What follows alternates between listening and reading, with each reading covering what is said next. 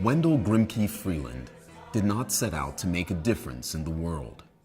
He was quiet, gentle, soft-spoken, not a rabble-rouser by any stretch.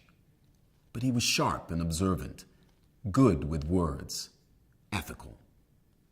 Long before he served his country as an air bombardier, long before he took his first stand in the fight for civil rights, long before he became a lawyer, working to change unfair laws, Wendell Freeland developed a powerful sense of what was wrong and what was right. It guided him his entire life and career. In my generation of Negroes, Negro lawyers, we got with our LLB or with our law degrees a ticket to a civil rights fight. That ticket to the civil rights fight would first be used by Wendell as a young Air Force trainee at the start of World War II. He was one of the now revered and honored Tuskegee Airmen. But they started out getting no respect at all. At the beginning of the war, beginning of World War II, there was no thought that Negroes could fly. In fact, it's so funny, so funny. Bigots have so many ideas. They said, well, they can't fly. But then somebody said, well, maybe they can fly, and maybe they're like cats, they can see better at night. So maybe they can fly better at night. And that's the craziest damn thing one could hear.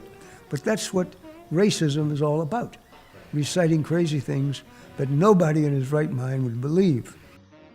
Well, the 477th Bombardment Group was created in the summer of 1943 as a result of intense pressure from Walter White and the NAACP and A. Philip Randolph and other civil rights leaders to create a bombardment group of African American airmen.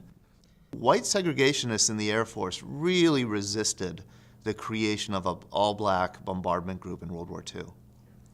The commander in charge of the 477th Bombardment Group, Colonel Robert Selway, was a committed segregationist. And from day one, he undermined the training and the progression of the bombardment group. Morale in the 477th Bombardment Group was very low because the training was proceeding so slowly. And it reached an even lower point when the 477th was moved to Freeman Field, Indiana. It had one officers club, Freeman Field.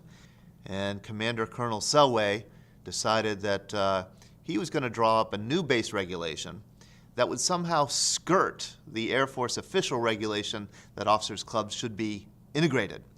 And so he drew up the infamous base regulation 85-2, which said that trainees would have a separate officers club from trainers. And Commander Colonel Selway decided that he wanted to call all 400 black officers at Freeman Field, Indiana, before a panel and have each black officer individually read this new order, 85-2, and then sign an endorsement saying that they had read it and understood it. 101 black officers over 2 days refused to sign that order, and they were each placed under arrest. The 101 men were lined up, they were put on buses, they were taken to waiting airplanes, and they were flown off the base. They had no idea where they were going. The scuttlebutt was that they were going to Leavenworth.